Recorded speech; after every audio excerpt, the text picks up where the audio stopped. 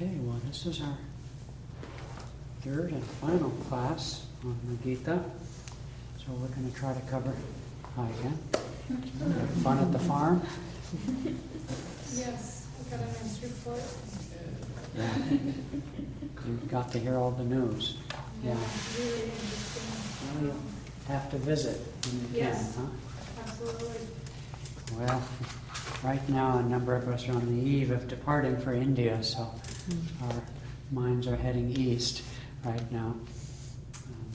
Got things piled all over the house, just throwing stuff in piles and hoping it'll jump in the suitcase by itself. Yeah. So, well, last week in I think it was chapter 3, we had come to one of the great themes of the Gita, which is yajna, which is the principle by which we offer ourselves into a higher purpose, into a higher reality. It's what human beings do when they work together in business. It's what we do when we come into marriage. We offer ourselves into the marriage. It's what we do when we go to college. It's throughout life to gain even material success in life. We have to offer ourselves into what it is we seek in order to have the fruits of our labor, if you will. This Krishna speaks of as the great wheel of life. And in Kriyananda's commentary, based on, of course, Yogananda's, he takes it much deeper than that. What we offer ourselves into, ultimately, is the vibration of God in creation, known as the Om vibration. It's why we chant Om or Amen and these different sounds, because at the heart of all creation is an underlying sound, vibration, light, and so forth, out of which all other things differentiate. It's like the stem cell of the creation. And as we internalize, as we walk the inner path towards spirit, when we get that point in our multifarious incarnations where we want to know the truth behind all seeming, behind all appearances, and we begin to be still and want to know, as the Old Testament says, and there appears in our consciousness, in the stillness of the silent soul, there appears God in the Holy Spirit as Om, as vibration, or as peace, or as light, in these different aspects that are spoken of in scriptures of East and West. And so we have a direct perception of divinity within our own self, within our body temple. And so yajna, the true meaning of yajna, is to commune with the spirit, with the vibration of consciousness, of love and peace and so forth, which underlies the creation, but which in the momentum of that creation, in that creative force, which is the same vibration on its journey outward into creation, begins to differentiate and make objects and trees and flowers and animals and people and so forth. It, as it were, picks up momentum, and it has the innate intelligence of spirit, which is the gift of spirit. And as those forms become, particularly at the human level, we have what we are pleased to call reason and free choice.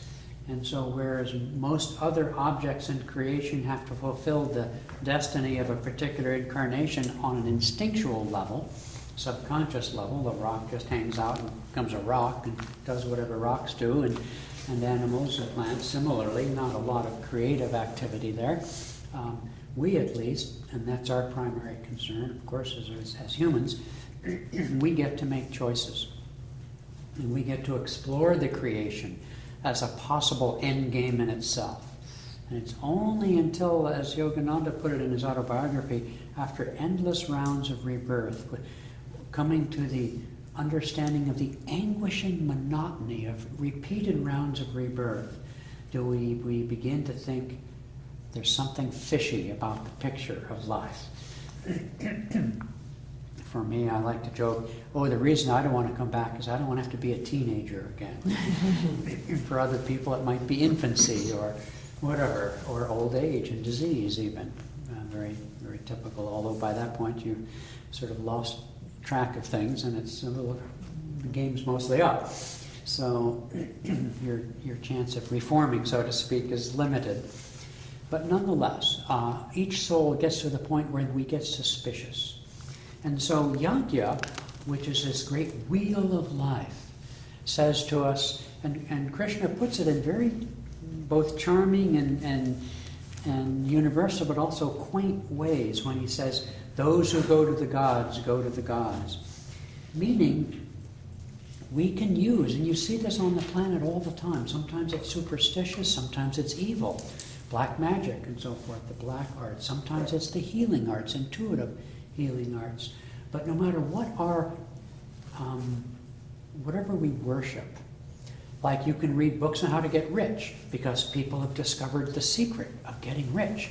Well, the secret is always about energy. It's about intelligence. It's about how to do things when other people don't know. That's as much, really, as what I'm talking about as looking for God. It means the human intelligence perceives that behind the matter of, let's say, gold bricks, let's say, or bank accounts with a lot of zeros after it, is a secret. And they discover the secret. And in the ancient scriptures, you could find secret potions on how to get somebody to fall in love with you. There were mantras for that. So how to win over your enemies and defeat your foes. You see, human beings begin to wake up to there's something else going on. We call it magnetism. We call it vibration. Well, those are lesser forms. There's a wonderful story, and I highly recommend it, called the great Tibetan yogi Milarepa. And just like the Valmiki who wrote the Ramayana, Valmiki, like Milarepa, Valmiki was a criminal. Milarepa was a black magician in Tibet. And so he destroyed his enemies and so forth. But then he woke up to the fact that he would have to pay off the karma for all the people he killed. Excuse me. And so he found a guru. And the guru, and it's a wonderful story, set him to doing all these absurd things. And the guru told him to build a rock house at the top of the hill for him, as if it was for him. So he builds it, and when he's done, he goes to him, says, I built the house. He says, oh, not there, you idiot, I meant over that mountain. And he said, oh, I must have been drunk at the time. He was just really putting him through the ringer. And so you read stories of gurus in this way, just doing outrageous things for which they'd be sued for abuse in today's society, but nonetheless, for the devotee who wants freedom and he knows that person has the key to freedom, he will do whatever. And of course, those are tests. The disciple is given these tests. And nowadays, we think knowledge should be in every book and should be free.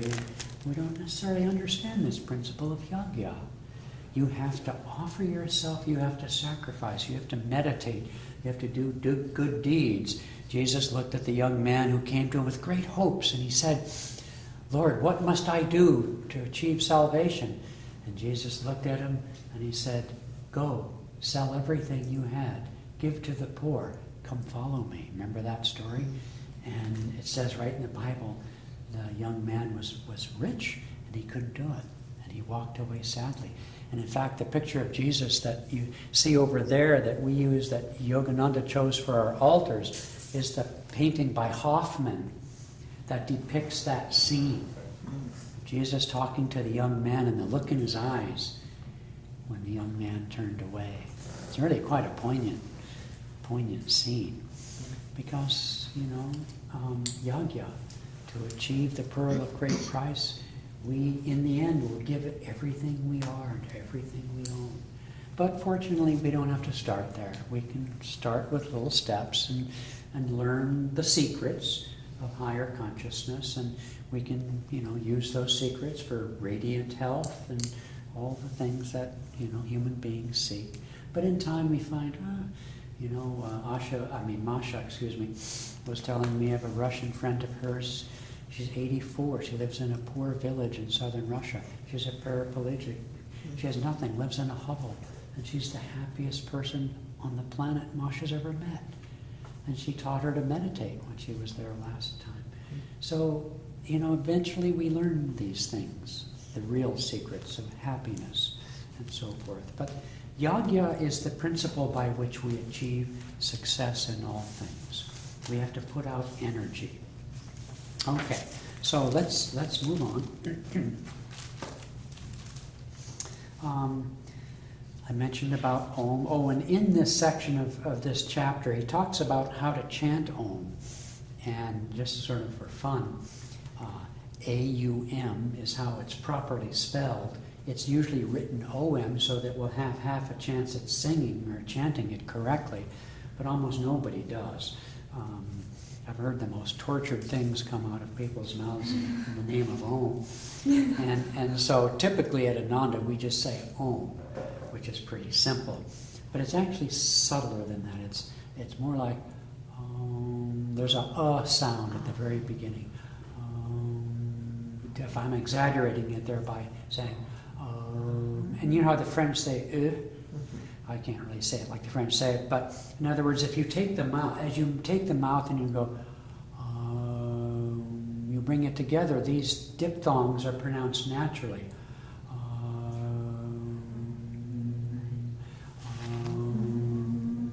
And you bring the lips to a compression with the M.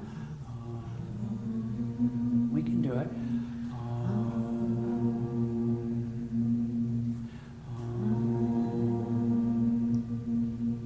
Feel the lips vibrate, and with a little more sensitivity and inwardness, you can feel the chest vibrate.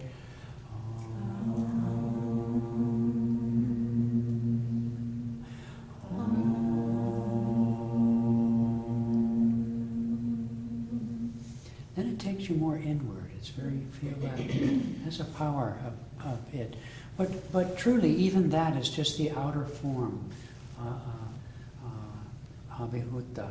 Anyway, it's the outer form. As we chant it inwardly, that's the more subtle form. But the highest form is to actually hear the sound in meditation. If you have a basement in your house, or a closet or something like that, or you go in a cave and you sit and meditate, bit by bit, if you become really still and your mind is quiet, your Om will start to bubble up.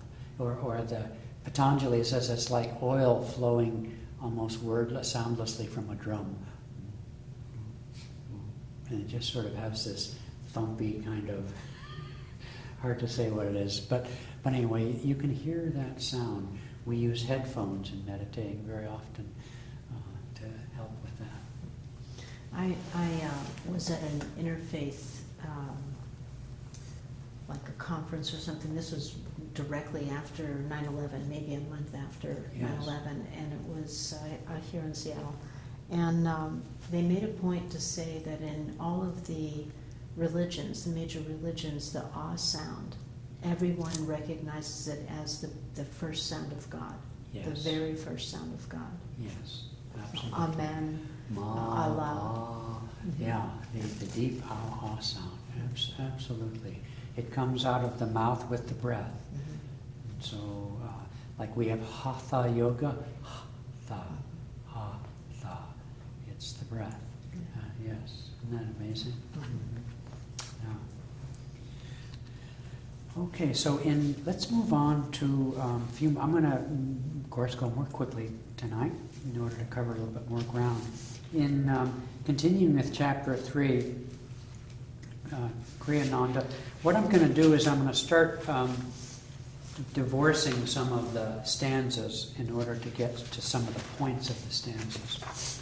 He says, this is still early in chapter 3, verse 15, but he talks about how Yogananda gave us a very insightful way to try to appreciate the distinction between ego and soul, because the ego gets a lot of brickbats. There's a lot of talk in spirituality about ego and whatever other word they use, soul, commonly.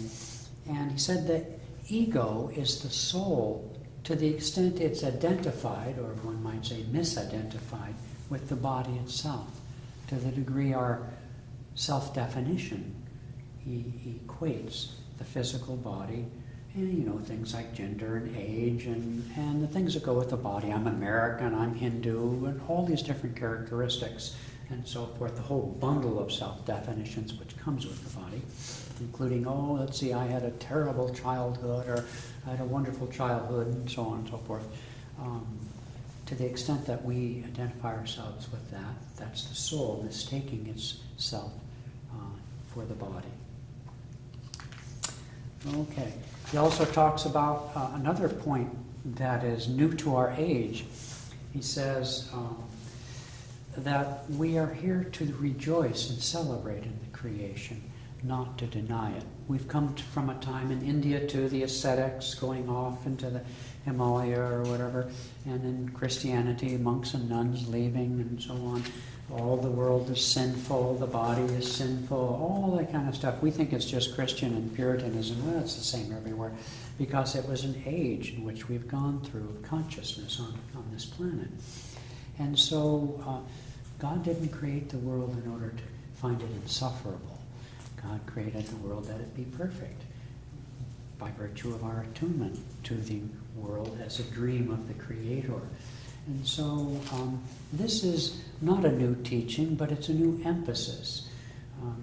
What we see, I think of Jesus Christ. Who the heck would follow a guy, or anybody, obviously, who was sad sack?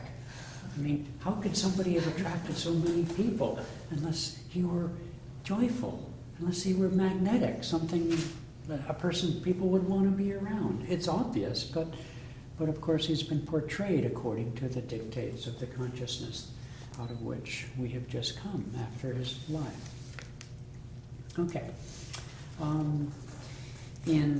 Let's see, on page 154, in stanzas 20 and 21, he talks about how, notwithstanding our spiritual progress, this is Krishna's counseling to devotees, no matter what we may achieve in either seeing the world and its folly, either in not participating in the world's definitions and so forth or not, we should always strive to give a good example to everyone.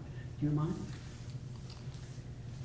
By the path of right action alone, Raja, Janaka, and others like him, karma yogis, attain perfection. To offer guidance to others, you too should be active. And 21 as well.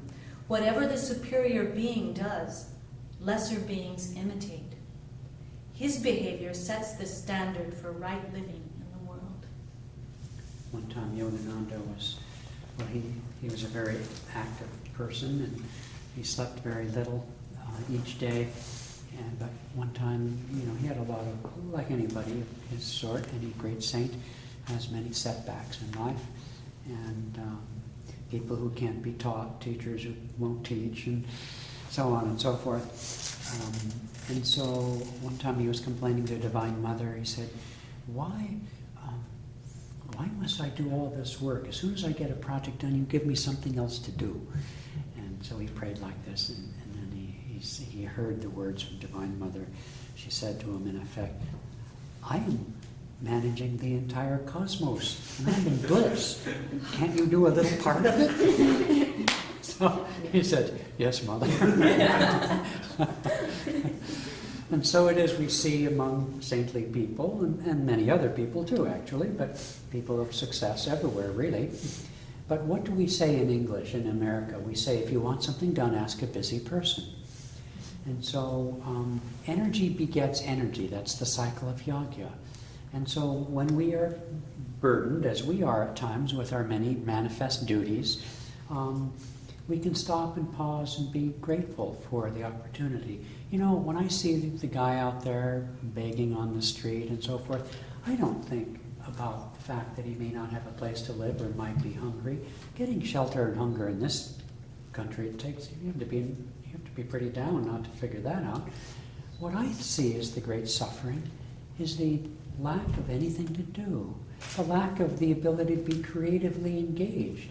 I don't see homelessness as that big a thing, really. I see the poverty of consciousness as that which really eats at the soul, the inability to help other people, the inability to do anything useful. That, to me, is the poverty, not hunger in the stomach or what have you. These things, as I say, if you want to solve them, there's plenty of resources for that sort of thing. But do you know how difficult it is for a homeless person to get a job on a practical level? It's almost impossible. No address, often not even a social security number, whatever it is. It's not easy. Nobody wants to employ you. because of your circumstance, your condition, and so forth. That really is as much the poverty. So to be grateful, for the opportunity to serve other people is and to realize that we're not the doer is part of the cycle of yagya. And then, and on 324 on page 161.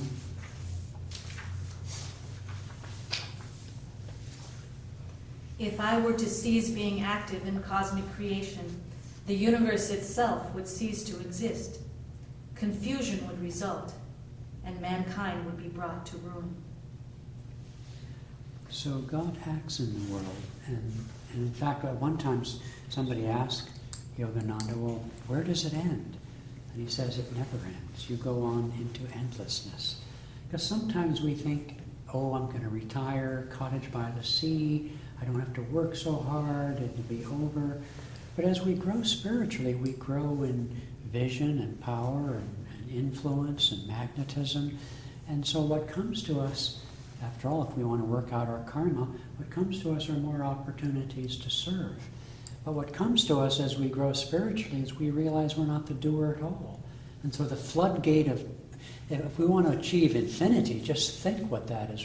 I told the story the other night. One time, Yogananda's first friend and first disciple in America, a dentist named Dr. Lewis, was pestering him to have a touch of samadhi. And finally he got fed up with this pestering, and so he grabbed Dr. Lewis by the big lapels of his double-breasted 1920s waistcoat, and he pulls him forehead to forehead and looks him straight in the eye, and he says, "Doctor, if I gave it to you, could you take it?" And finally, Dr. Lewis, feeling the power just pouring out through his eyes, looked down and said, "No, sir." Because, we're like a little light bulb. It would snuff us out. In fact, many a meditator having a deep experience feels as if their whole life could just vanish. This is one of the experiences towards the state of nirvana that we've already talked about. And so there's a tremendous power there. And so with that power comes responsibility, opportunity. And so it's important to know what we're up against, but nobody would ever go back. When you have that degree of energy and creativity, and you feel the pains and sufferings of all people, of course you want to help.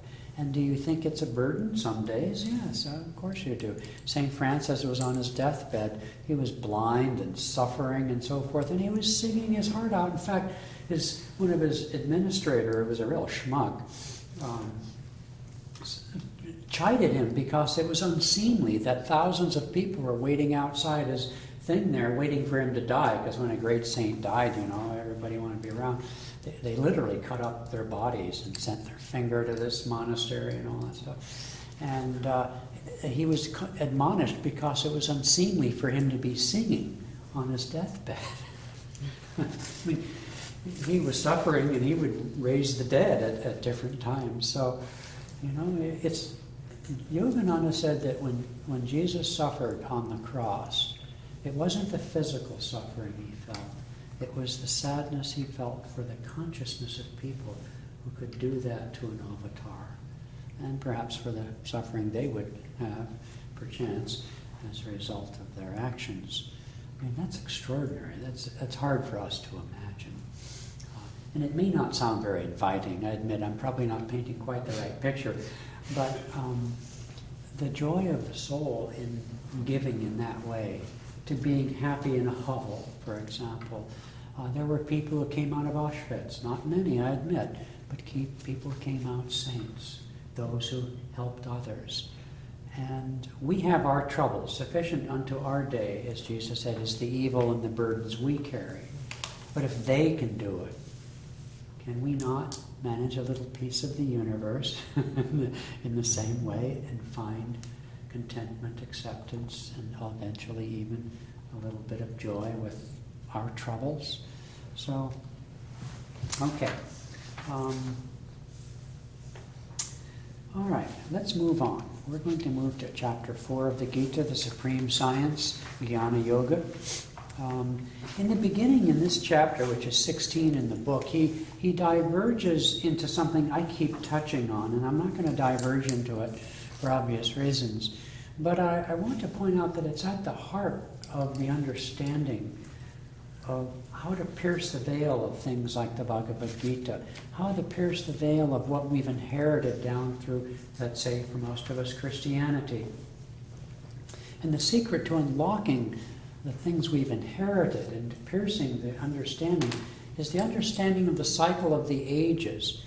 Because we look back and we think truth is a certain way, but most of what we've inherited, even in the path of yoga, what to mention the path of Christianity and so on, has come through us through the filter of the lowest age of consciousness, starting somewhere around 700 BC and then ending at around 1700 AD, is about a 2400 cycle, 1200 down, reaching the nadir at about 400 AD, and coming up approximately 1200 years, has been sort of a bowl on a 24,000 year cycle, 12,000 years up, 12,000 years down, out of which humanity on this planet has come. And much of, therefore, of what we've inherited has been filtered through us, through being a sinner, for example, or through the extreme asceticism of India and the bed of nails and the self-flagellation of the Christian. That sort of a very dark view of spirituality that we've inherited has come to us through a very dim bulb of human culture. And so we are discovering things about the stanzas of what gives us the right, if you will, of the lineage, in our lineage of self-realization and in other lineages around the world and other spiritual teachers, the right to uncover and say the Bhagavad Gita says this or means that is coming to us is because we are beginning to wake up as a planet.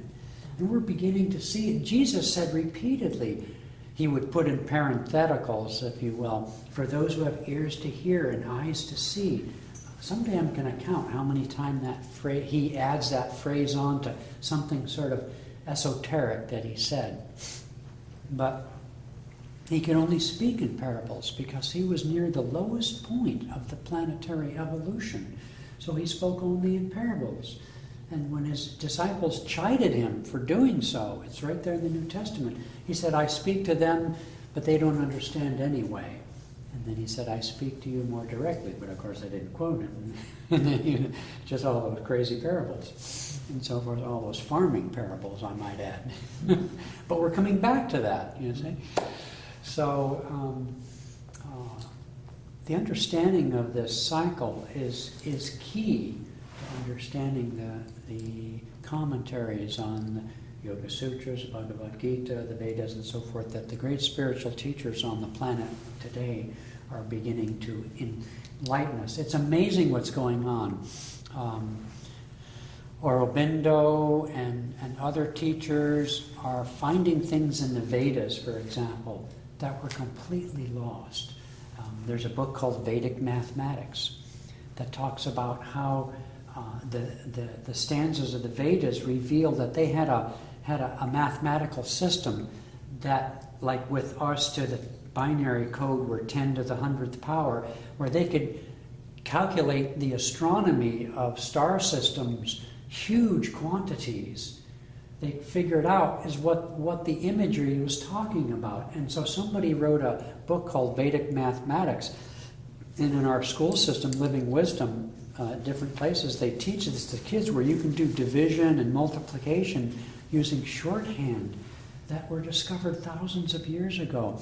They knew a long time ago that the Earth revolved around the sun. But as we came in the Dark Ages, the Greeks lost it as they came down. And then it was only rediscovered in the Ascendant Age with, Copernicus in the 16th century.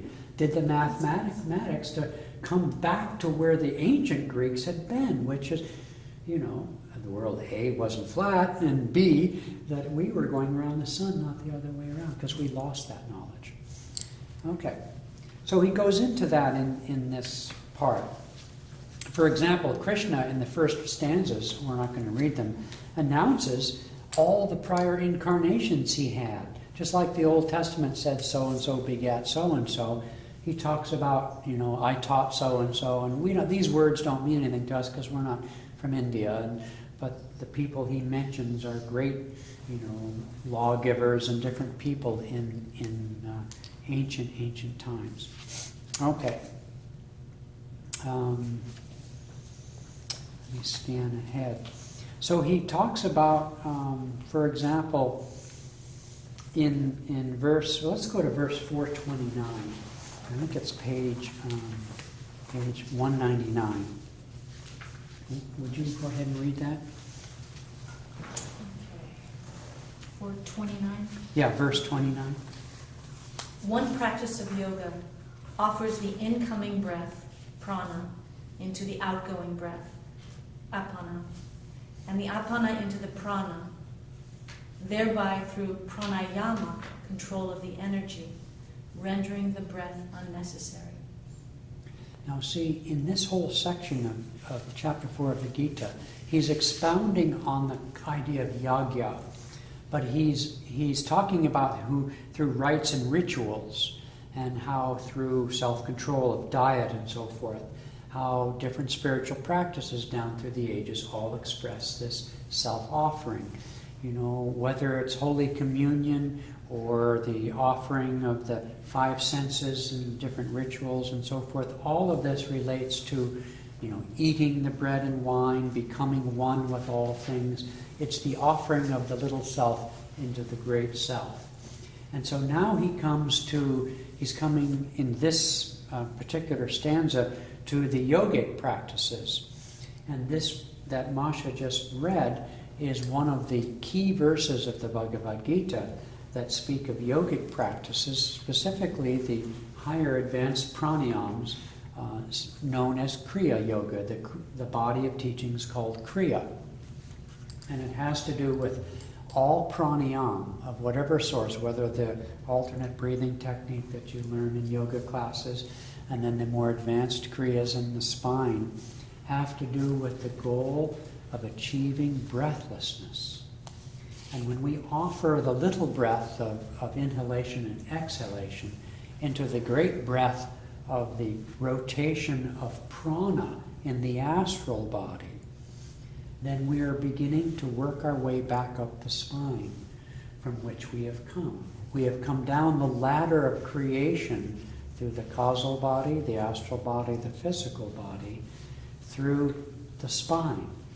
And so when we offer the inhalation breath into the exhalation breath, that's a metaphor for what is a technique that could only be taught in person, how to do it and why to do it and so forth, that will neutralize the physical breath into the stillness of the astral body.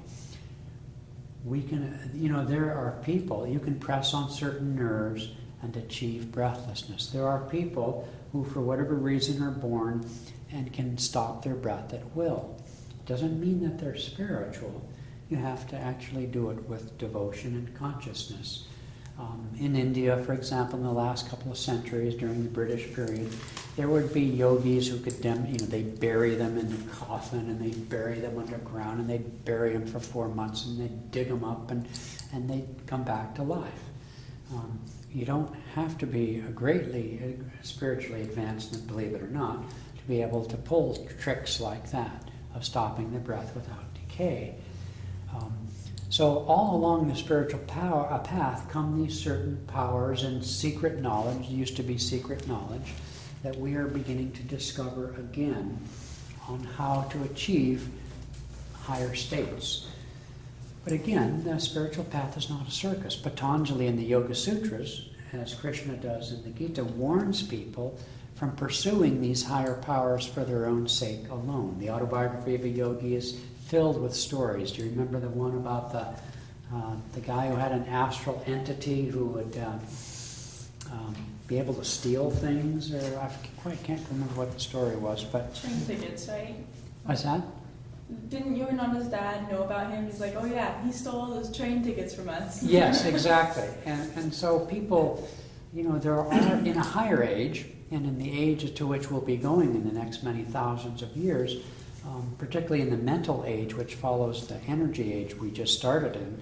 So in another 2,400 years or so, when we go into the mental age of Treta, the third Treta means third age, people will communicate through telepathy and the ability to communicate with astral entities and so forth. You can get in a lot of trouble with stuff like this. But that's why spiritual evolution, to a certain degree, moves in synchronization with this. Right now, we are out of sync with the planet because our technology is mostly destructive, is being mostly used for destructive purposes. Until we catch up, we're in this funny transition between the Kali Yuga, which was a very destructive age of conquest, and a mental attitude towards the earth and towards one another of conquest and so forth. And we've gotten the advanced knowledge of things, but we still have the mentality of exploitation, of greed, of using one another, and so on. And so the science of yoga is encircling the globe to help people have a perception of the consciousness aspect of energy in order to use their energy in more creative and productive and beneficial ways. So we're playing a little bit of catch-up, however, right now, but these do move in synchronization. Okay. Raymond, I have a question. Yes. In that stanza, speaking of offering the incoming breath into the outgoing, how do you read the meaning of offering in that particular sense? Normally, the breath gives the body life. Mm-hmm. And normally what that means is the inhalation cycle is usually offered into the senses. We take a breath and say, oh boy, another day, I get to eat and I get to do things and get things and have things and so forth. And so normally the inhalation breath is offered out into the world. Normally the exhalation breath is withdrawing from the world in disappointment, disillusion, or even just in sleep, I'm tired, and so forth. And so instead, we take those currents of energy and we offer them back into the astral breath and thereby neutralize them and enter a state of breathlessness, and through the chakras we awaken to the reality of the astral world, which is brighter, more beautiful, and more powerful. What were the three? You said the astral body, the Causal body. causal body, and then the physical body. The physical body, yes. Yeah. Okay. So then he goes on about when we do that, when we enter the astral sphere through the chakras, we begin to awaken and the energy begins to move up the spine.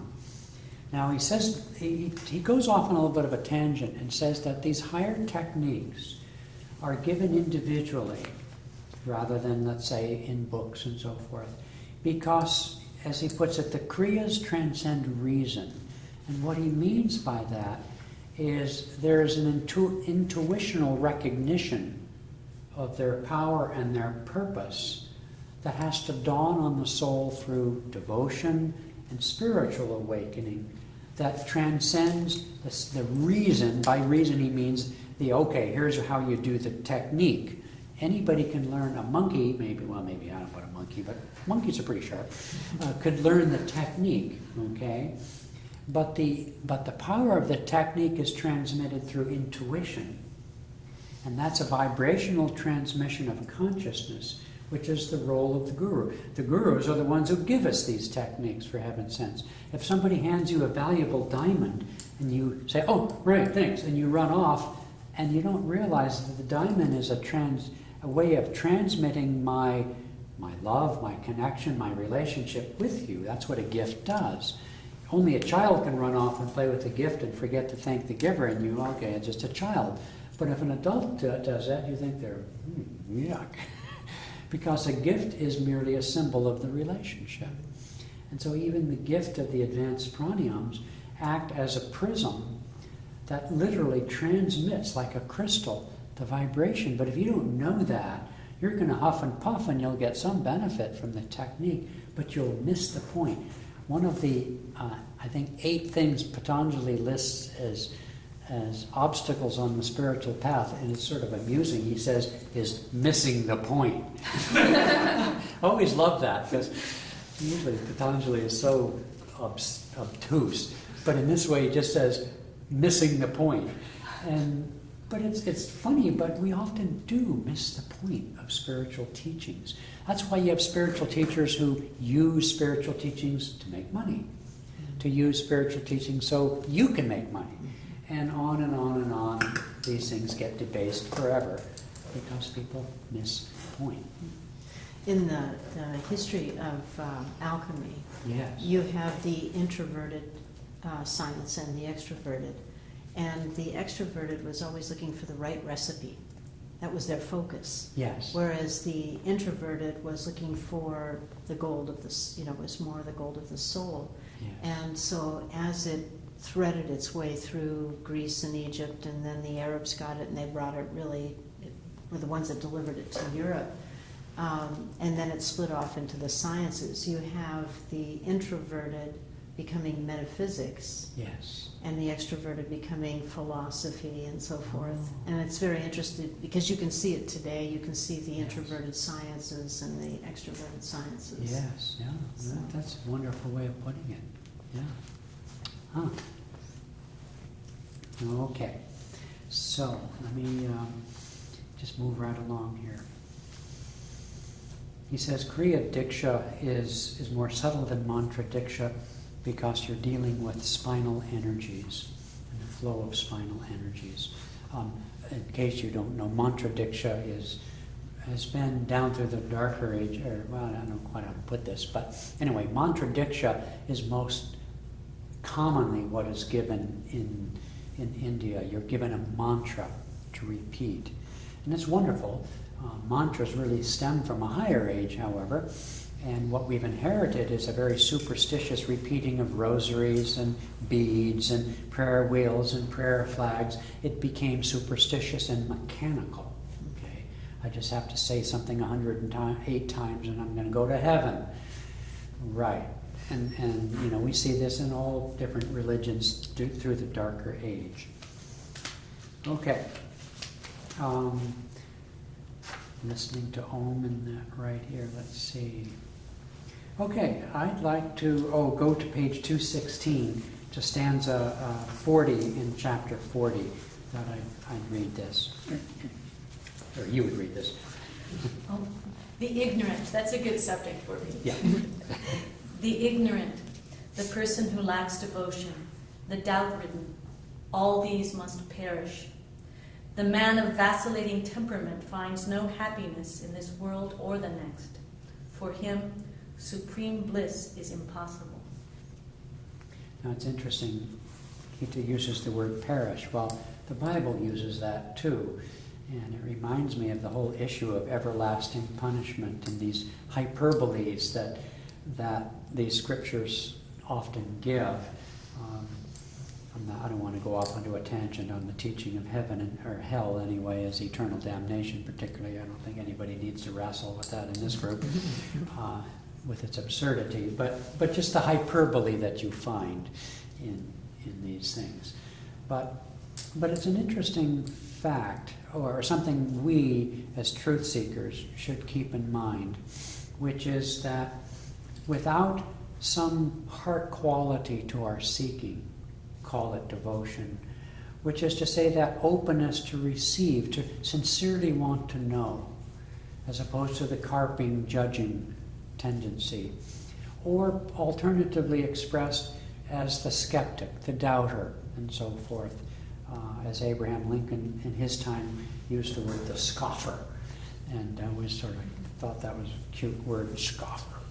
And people like that are the kind of people who, when they ask you what you're doing, you don't want to throw pearls before the swine. They don't really want to know. They want to make fun of what you're doing. And, it's fine, but, there's a strange paragraph in the New Testament where Jesus says all these nice things, and then he gets really intense. He says that he who, what is it, blasphemes the Holy Spirit. And what Yogananda talked about was that when we decide that it's all nonsense, no one can, is not forgiven. He said, he who blasphemes the Holy Spirit cannot be forgiven. So it sounds really harsh, but what he's saying, Yogananda interprets, is that only we can come back to the spiritual path. No one's going to make you, nobody can save you, quote unquote, whatever that means. That we ourselves, like the prodigal son, have to say, even my farmhands had something to eat, and so I'm going to go home. You know, here he was feeding the swine. He had got to such a low state, he had used up his wealth and so forth, that he was happy to have a job feeding the pigs, so to speak. Nothing, well anyway, I don't get into that, but nothing wrong with pigs, I'm sure, but compared to where he'd come from, it was a low state. And so only we can do that. And so it is with doubting and cynicism and so forth. That's what he's saying, is that people like that are always lost. They can never make any progress. They're between two worlds in a way. So, all right. So we get to move on then with chapter 5 of the Gita, freedom through inner renunciation. Here it's very interesting how these things come back around, as I said earlier, because here it is in the Bhagavad Gita where Krishna is asking, let's read verse 1 and 2 of chapter 5 on page 221. Arjuna said, "O Krishna, you speak of renouncing action, yet at the same time you recommend it. I would like to know for certain which of these two is the better path." The Blessed Lord answered, "When rightly understood, both action and non-action lead to salvation. Of the two, however, right action is better." And so he goes into chapter 5 contrasting what became known and what we've inherited as the form of renunciation that is symbolized by going to a monastery or a cave. And it's interesting because when you read the Gita chapter 5 sensitively, you see that he's not saying that path is higher at all. And yet that teaching was lost in this age that I've been talking about repeatedly. He's saying that it's really inner renunciation. In fact, he says that the path of action is really the higher path for most of us, because most people can't really profit through outward renunciation. As I think I perhaps said last week, you can wall yourself in a cave, but your mind is free to go anywhere. And so Krishna made this point, but it was not heard. He made the point right at the beginning of the descent into the Dark Ages, in hopes that some people would have ears to hear. But for the most part, the culture, East and West, simply couldn't hear it. And so he talks about, in fact, Yogananda in his life talked very much about how it gotten so bad in India in his time, which was really a low point, just as it, in many ways, Christianity, relative to the purity of Jesus' teachings, have reached sectarianism and a low point in dogmatism. So the same thing in India, especially under the British rule. Hinduism had become very debased in many ways. And so wandering throughout India are these sadhus and so forth, and they beg and they get fed. But I mean, I've seen them in the mountains, some of these groups. They're sitting there smoking hash and marijuana, which, by the way, grows freely. Just these huge stands of ganja growing everywhere. And what happens, he said, is that they become bums. They're lazy. first they renounce a worldly life, fine, and people feed them, but they can't meditate long hours any more than you and I do or can.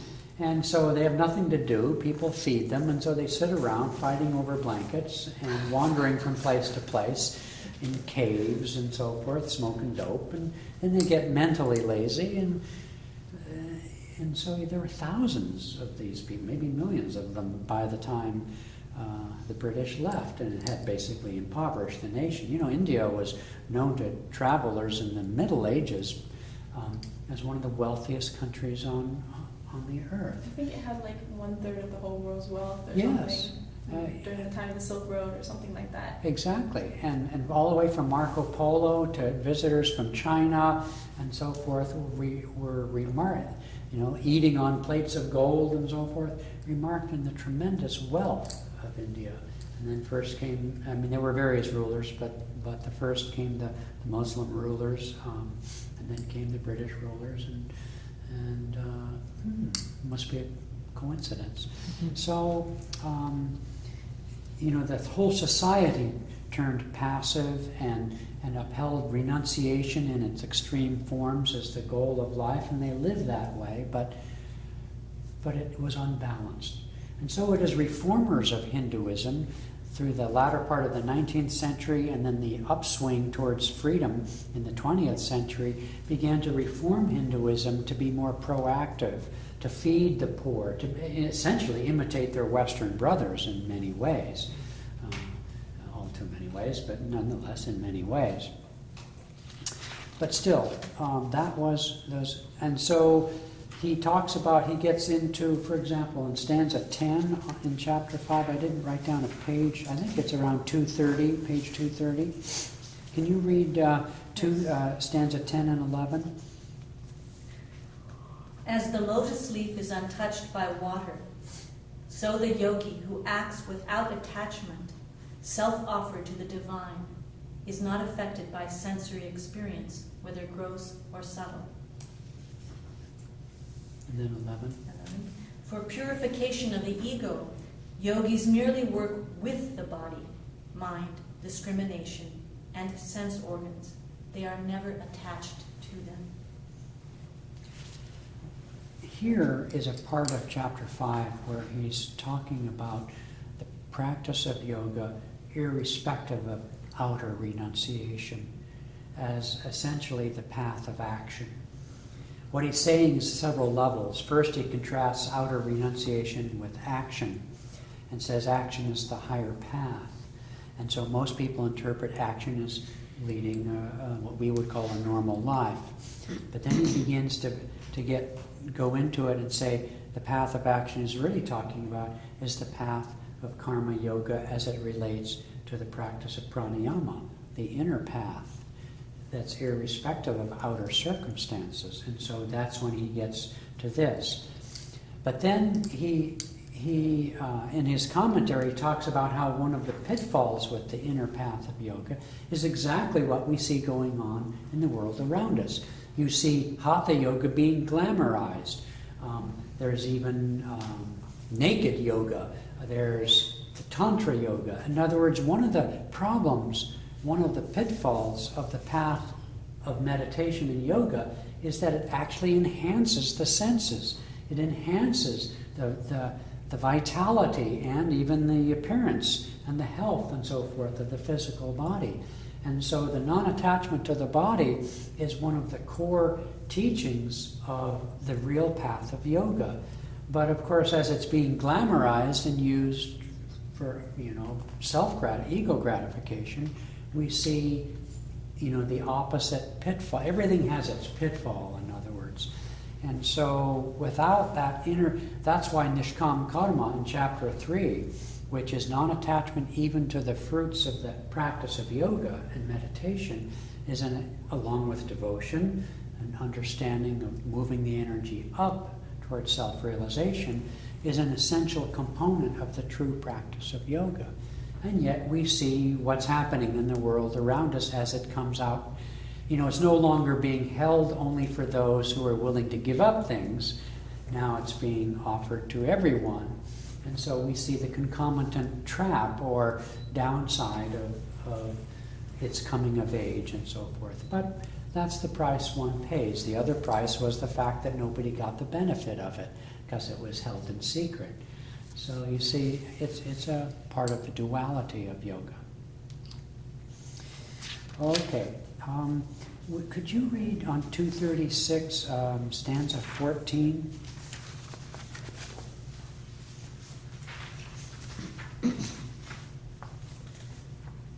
It is not God, the sovereign self, who creates in mankind the consciousness of acting in this world.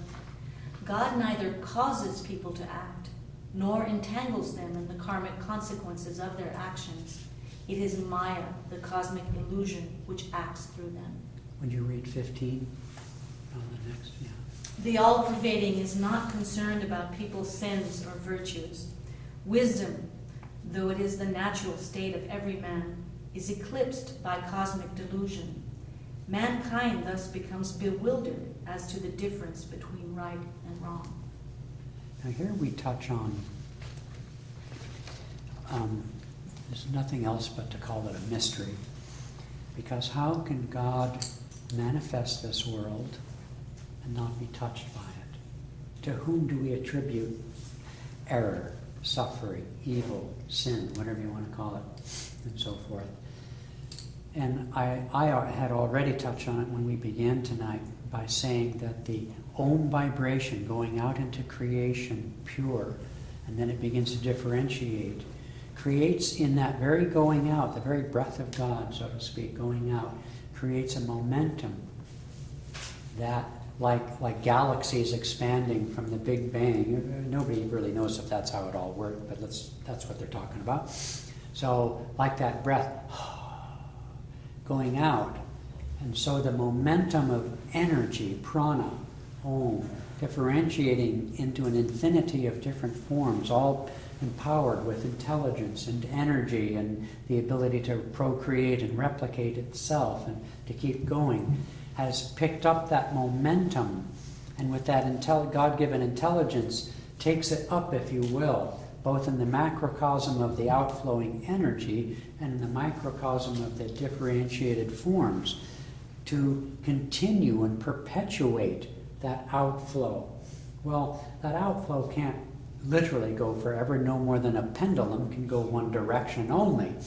But nonetheless, to the degree of that outflowing force, and as it acquires consciousness and intention, becomes the satanic force in the East known as Maya, the measurer that makes everything appear separate and measures, compares, and creates in that comparison. Well, I want to be like you. You've got more money than me. You're better looking than me. You've got more power than me. You've got a nicer house than me, and so on and so forth. You've got a better permaculture garden than me. And so I want more of that, you see. You're a better meditator than I am. You're a better meditator than I am. Yeah, exactly. And so, wait a minute.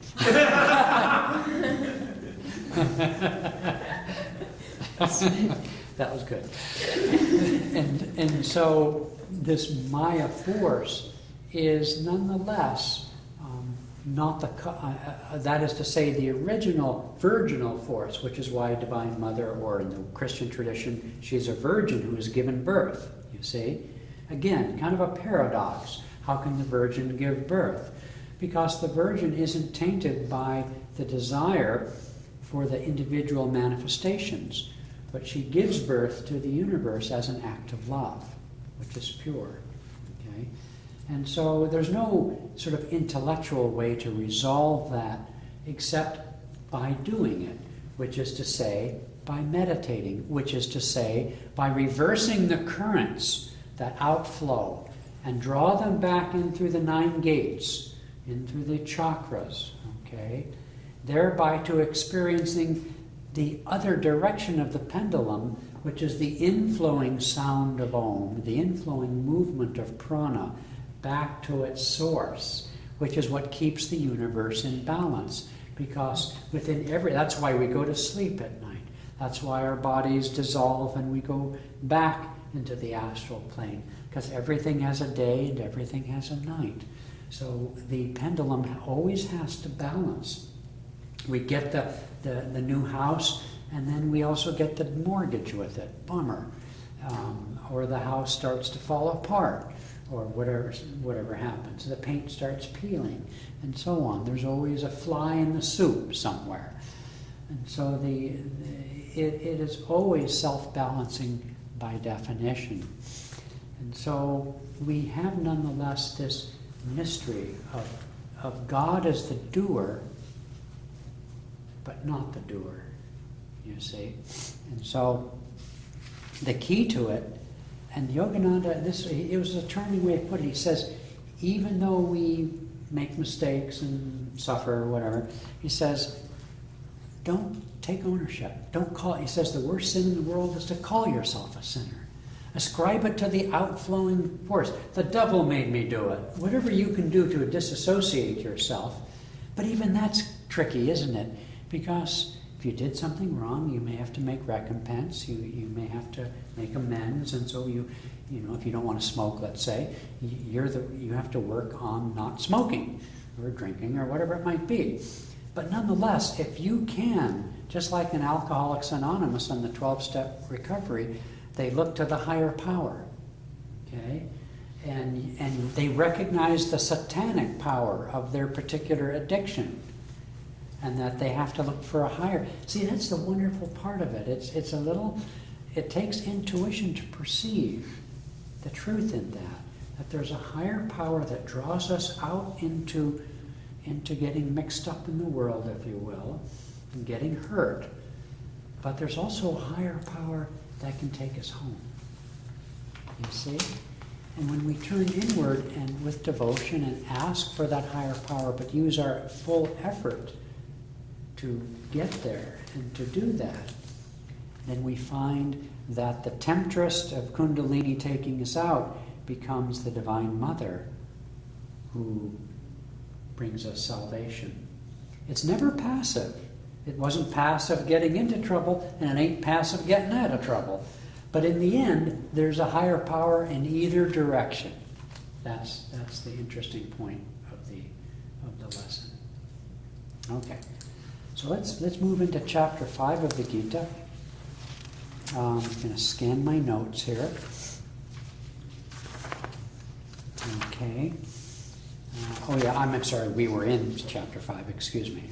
Misread that. Okay, so let's move into chapter 6. Chapter 6, which is chapter 18 of the textbook, but chapter 6 of the Gita is really about the path of meditation. Krishna has been working his way steadily inward. And then in 6 of the Gita, he starts giving counsel on how to meditate. What are the aspects of meditation? He talks about in stanza 15 on page 265. Could you read that? It's about nirvana. The self-governed yogi, his mind fully controlled, attains the peace of supreme nirvana, the state of individual extinction in union with my spirit. When I used that chant earlier, I did it on purpose. In Sabhikalpa Samadhi Yoga, I will drown myself in myself. In Nirvikalpa Samadhi Yoga, I will find myself in myself. Because the first stage is the emptying process. Ramakrishna's peeling of the onion. There's no thing there.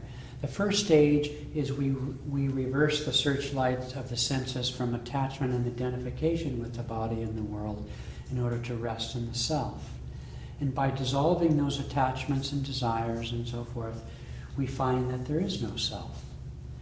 Because what can there be when we're not thinking, we're not anxious, we're not proud, we're not hanging on to bad memories, good memories, etc., etc. When we've peeled the onion, there's nothing there. And the Jnana Yogi, on the path of Jnana Yoga, peels the onion by every time you use mentally or outwardly the word I, you think, who is this I? What is this that I want? It is just in my mind. You know, if I like pistachio nut ice cream, but you have never had ice cream or maybe hate ice cream, I say, close your eyes, and I put a spoonful of cold, sticky, wet stuff in your mouth. You go, oh God, what is that? You've never had ice cream before, you don't know what it is. There's nothing about ice cream that's good. You've associated it with being good. You have this mental expectation that, Haagen-Dazs, something or other, ice cream, it's good. Well, it's all in your head, literally, until you're yum, yum, yum, yum, yum, yum. You think it's good, but if you tried to eat 5 gallons of it, you'd be sick as a dog. And you'd have this terrible ice cream headache, and all this stuff would be going on. So what's so good about it? It's all in your head. And even medically speaking, it's still in your head. Even if you like it or don't like it, it's still in your head. All of life is vicarious. It's all an inside head trip, every bit of it. And there's nothing we can experience with the body or otherwise, or with position or money. You know, we look at the bank statement, ooh, a lot of zeros, that's good. You know, it's just a piece of paper with a lot of zeros on it. You'd think it's good. So if it was rupees, it wouldn't be as good, because it's just a lot of zeros. So, you see what I'm trying to say? And that's essentially what he's saying, is that in nirvana, the first stage of our awakening is to empty ourselves of all the identifications, all the thoughts that we think is good. That's why, though we're not studying the sutras here, the greatest sutra of them all is the second stanza. If you had to learn nothing else, yogas chitta vritti nirod. Yoga, the state of enlightenment, is achieved through the calming or the neutralization of the vrittis, the likes and dislikes, the reactive processes. I like this, I don't like that. It's the mental image-making factory of the mind. You see, our mind is like a factory, and it is a co-creator with God, because in the mind of God, in the great factory of consciousness, has manifested these incredible universes and this incredible, wow, it just blows your mind, this whole thing. We do that every night in sleep. We manufacture a dream, has no reality, but it's so real to us. I forget what I had this great dream last night. I even remembered it this morning and saying, wow, that was really cool. And so did this and so did that. And it was a really great dream, but there's no reality to it. And so it is that this dream factory, we mimic that, because at night we are gods. We go into that same state. And we have fun with the dream, and then we wake up and dismiss the dream at will. And so, yogas chitta vritti nirod is to dismiss the factory-making, image-making, idea-making machinery of the creation.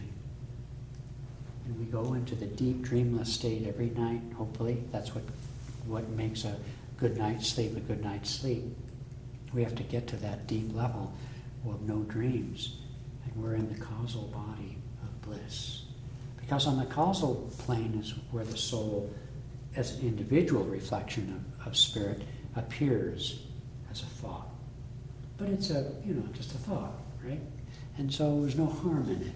It's beautiful, it's bliss. And then, as it vibrates more grossly, we create the astral body, and then the ego appears. Oh, look at this beautiful body of light that I have, and oh, look at these other bodies, they're different than me. And so the ego appears on the astral level. And then enjoying that, of course, then it manifests this physical body. Then it says, it's not so fun, but I'm stuck. So, I don't know how I got there exactly. Oh, yogas chitta vritti nirod. So as we neutralize that idea-making process and the reactive tendencies to the process, we get attached to that, then we enter the causal state of the soul, of bliss. Now, admittedly, there's a huge part of ourself that doesn't want to do that doesn't even find my description of it very appealing. Because we associate life and vitality and happiness with the physical body and with all the things it can do and bring for us. And so the yogi has to work gradually. In other words, there has to be an intuitive recognition. The whole spiritual path doesn't work until we have an intuitive recollection. And again, Patanjali calls it smriti. We remember, oh, yeah. And in fact, the yogis teach that it's through recollectedness of the dream state and in the sleep state that we can remember best who we really are, like the prince and the pauper, right? The prince wakes up, finds himself a pauper, and thinks he's a pauper and suffers. And then he's reconnected to his princeliness or whatever, and the bad dream is over. And so we have this process by which we remember. And without that intuitive spark of recollection, which is what the great spiritual teachers and the gurus come to say, is the kingdom of heaven is within you. And they bring us the good news. And the good news is Tat Tvamasi, thou art that. And that is at least the soul on the causal plane of unconditional bliss. And we remember that, and then we go looking for it. But it's within us. Okay, so nirvana is that first stage. But clearing the deck is to await the coming, if you will, of the Lord, as a Christian might say, the dawning of the enlightenment from the east, as others would say, the grace of bliss and so forth begins to pour into the soul once we've cleared the deck. And those stages are taught more specifically by Patanjali in the Yoga Sutras. In stanza 15 and 17, he talks about the yogi being a person of moderation. We won't read it for lack of time. But once again, at the dawn of the Dark Age, Krishna is talking about moderation, whereas in the Dark Age, truth seekers and so forth, anything but moderate. They had extreme practices of asceticism, both East and West. Again, people didn't listen. Okay, he says in stanza 32 that the yogi feels the pains and sufferings and joys of all people. Once again, the path of yoga is not indifference. The image of the yogi is aloof and above it all and even a bit harsh and so forth is not a true depiction. It comes to us from a lower age. Same thing with the saints of Christianity, or depicting Jesus Christ as something being aloof and sad and dour is a distortion of truth. He goes on then in chapter 6 to talk about, he comes back to what we read earlier, so I won't repeat it, in which he talks about breathlessness as sort of the gateway. Kriyananda talked, he asked Yogananda once, he said, well, how does one become what's known as a master? It's not master over people, it's self-mastery is what the term actually refers to. Most people think it means becoming a master of other people. That's a distortion. He says, self-mastery is achieved through the two stages. One is we commune inwardly, and here in chapter 6 he's talking about the stages of meditation. And the first stage is to commune with the Om vibration, which has 7 other manifestations: peace, wisdom, energy, love, expansion of consciousness, the inner light, and bliss, as well as the Om sound itself. We commune with Om first inside here, and then in the body, and then in all creation. That's called Om Samadhi. But after that brings us, and this is where another kind of nirvana, where the whole world vanishes, because we enter the causal plane, and we commune with the bliss state of the soul, which is known as the Kutastha Chaitanya, or the Christ intelligence.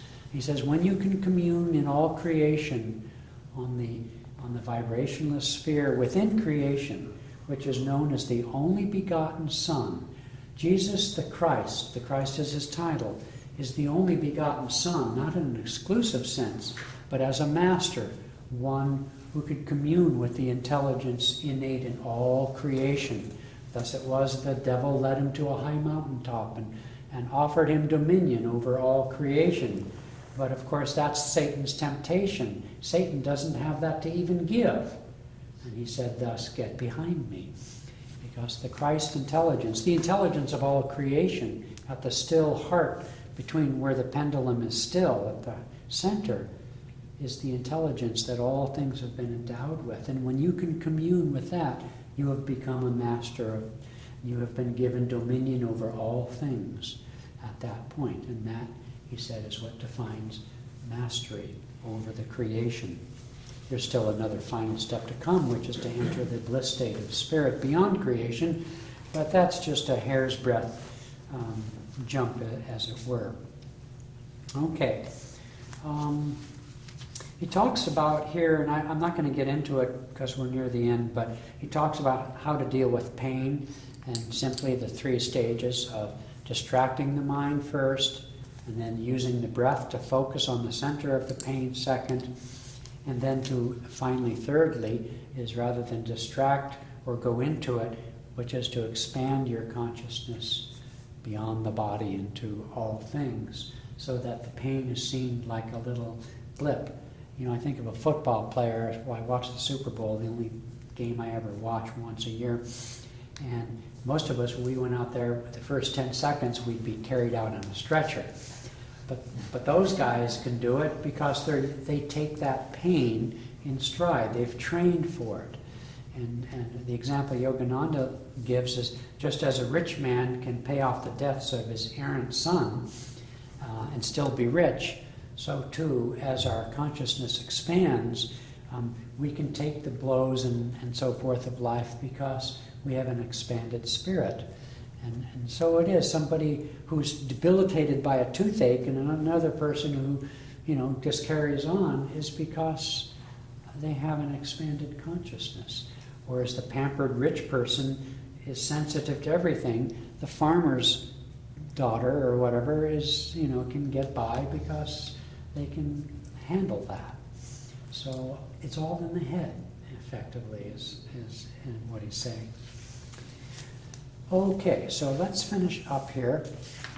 I actually talked about, wove in several things already in chapter 7 of the Gita. Now he's moving, in this part of the Gita, he's moving into the macrocosm.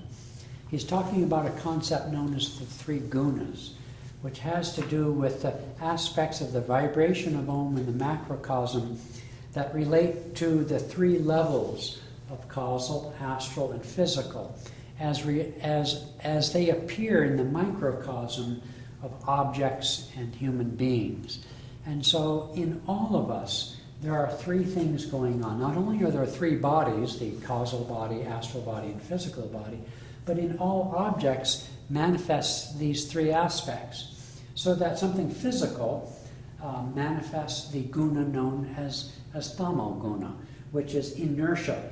And so this table is going to stay this table if we preserve it and take care of it. It could be a table for, what would it last? A century, maybe a century and a half if you treated it like an antique. But eventually its atoms are literally going to dissolve. Okay. Other things, plants and flowers, have a much shorter lifetime. Our physical bodies have a shorter lifetime and so forth. But in motivation and consciousness, we have those who are stuck in their ways, tamoguna. We have people who are really proactive and they're always looking for the best deals or how to get ahead. They're rajaguna. They're active people. Okay? Active can be neutral, neither harmful or whatever. But if it inclines towards being greedy, it gets towards tamoguna. If it inclines to being helpful to other people and active in a helpful way, then it's inclining then to the highest of the 3 aspects, which is sattva guna. Sattva guna is that, like a light. Light lights up this room. It has more elements of sattva guna compared to a table, okay, which is very rigid. Light brings us, the light rays are much more subtle than whatever rays come off, electromagnetic rays come off of this. And so it's how to motivate people. People who are really stuck or depressed, they need to just do stuff. You're not going to motivate them by talking about high spiritual principles. Same thing with children. You might need to give a paddling to somebody who goes by carrot and stick consciousness, but a child who's much more sensitive by nature or artistic or sees what other people need, you'd never do that to them. You just give them a good reason, let's say, for what to do right. And they'd say, oh, they'd see that, and they wouldn't need carrot and the stick in quite the same way. So it's a very fruitful, the rest of the Gita weaves the gunas through rituals and through all sorts of behavior. Our whole living wisdom school system around the world works with children on the basis of levels of consciousness of the children based on the gunas. The caste system, understood as 4 levels of consciousness, is based on the 3 gunas bifurcated with the Rajaguna going into either towards the low or towards the high, becomes the 4 caste systems. It's a very useful and practical way to take the vibration of the causal body, astral body, and the physical body. Okay, well, I think time marches on, and I'm going to have to end there. And